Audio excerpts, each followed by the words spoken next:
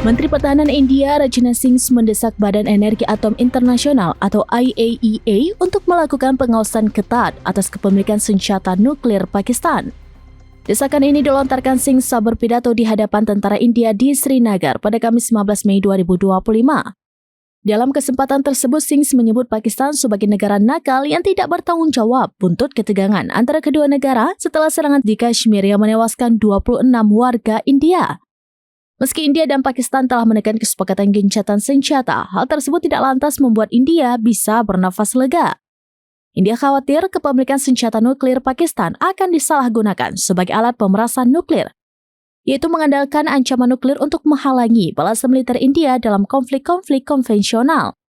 Selain itu, India khawatir dengan kondisi Pakistan yang menghadapi ketidakstabilan politik dan sosial dapat membuat kepemilikan senjata nuklir jatuh ke tangan yang salah. Sejauh ini, IAEA yang bermarkas di Wina telah memberikan komentar langsung tentang permintaan India. Namun, para analis menyebut bahwa untuk menempatkan senjata nuklir Pakistan di bawah pengawasan IAEA diperlukan persetujuan dari Dewan Keamanan PBB atau kesepakatan langsung dari Pakistan yang tampaknya tidak mungkin terjadi dalam waktu dekat.